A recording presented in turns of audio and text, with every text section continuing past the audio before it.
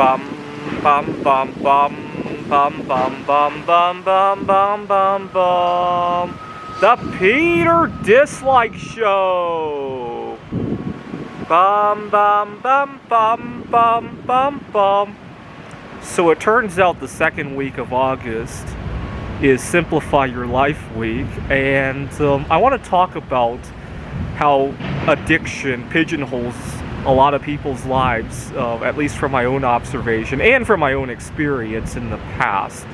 What is the number one addiction here in the United States? I would argue eating. If you take a look at how people eat, I mean, actually go to the break room at your workplace, or go to the food court at a shopping mall, go to a fast food restaurant, or even go to the cafeteria of a Whole Foods or other organic food store. Even there, sit down and watch somebody eat. And really watch. I mean, not just sit next to them and talk to them, but actually sit away from them and watch them. And you'll know what I'm talking about. I hate to spoil it for you guys. I'll let you do it. Now, I want to talk about my own eating addiction. Many years ago, I often, when I would see an event, I would worry if I would have access to my favorite foods at the event, especially if I needed to travel to a foreign country or even to another city. I would worry about my food supply there. I had a conference in Macau, and I'd never been to Macau before. I thought it would just be like going to Taiwan. I had family in Taipei, and I just assumed one of my favorite things to eat when I get to Taipei is I had a favorite seaweed snack that was cooked in, I believe, either coconut or palm oil. And also, I stayed in many hostels in Taipei, as you guys have probably seen videos of mine. I just assume when I get to Macau, I have somewhere to cook. You gotta understand, Macau is a gambling town, right? It's kind of like the equivalent of going to Las Vegas, where people really indulge themselves in Las Vegas. It's probably not hard to find a 24-hour McDonald's in Las Vegas, or you get the idea, right? And as soon as I couldn't find my food, I got deathly ill just from the anxiety of the trip. You know, I really liked Macau, actually, mostly because I didn't have a language barrier there, and the culture was okay. I just the fact that I didn't have my food made me kind of ill. And I remember thinking to myself, if it weren't for the food issue, I would love to come back. You know, next time, how am I going to prepare to bring food here? And now it's been 4 years since I made that trip. I'm like, gee, I could go back anytime now that I don't have that kind of problem.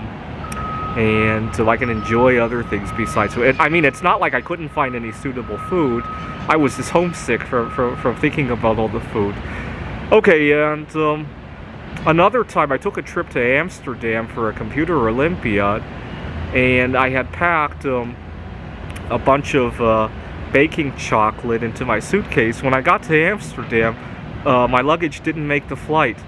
And that night I went out looking for baking chocolate. I was wandering the streets. I don't speak Dutch, and I don't read labels, and I must have been out until 10, 11 at night. This was during the summertime when there's still a lot of sunlight left.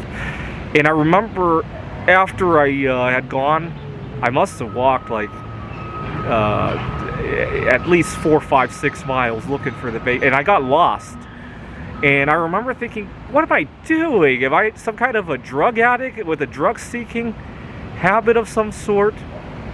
Unfortunately, I mean, most Americans probably didn't take it to the extreme that I took it 5 years ago. But actually sit down and watch people eat. Are they indulging, or are they drug-seeking, right? I'll let you answer that question for yourself. I've never seen anybody actually enjoy food. Most people, when I watch them, gee, that's a drug-seeking activity. At least here in the United States. In Taiwan, it might be a little bit different.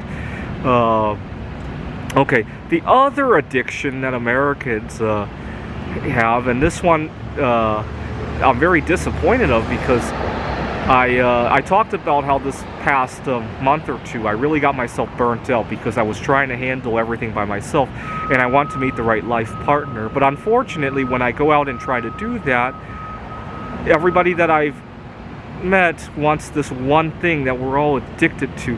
And you know, in the past I have also had problems with that. This was during the pandemic in the summer of 2020.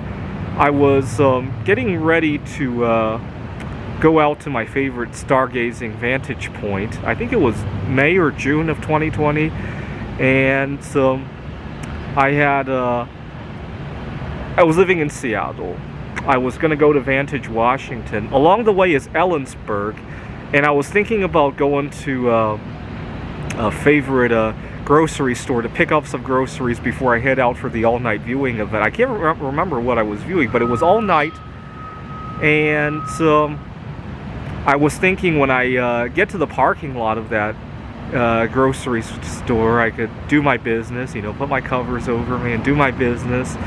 And I got excited about getting to that parking lot that on the road there was construction. You got to remember, construction was kind of suspended for a few months at the beginning of the pandemic, so they were making up for lost time. A bunch of roads have been closed, there were detours, and I got so excited I drove the wrong way down this one street. Everybody was honking at me, and there's no rush or anything. The store, it was early in the day, the store wasn't going to close or anything.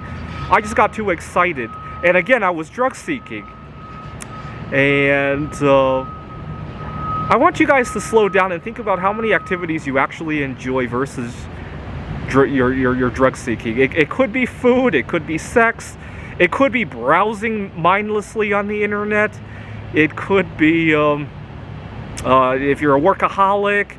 I want you to slow down and think how many times in the day you're actually indulging versus drug seeking. This is the Peter Dislike Show. Bum bum bum bum bum bum bum bum bum bum bum bum. The Peter Dislike Show. Bum bum bum bum bum bum bum.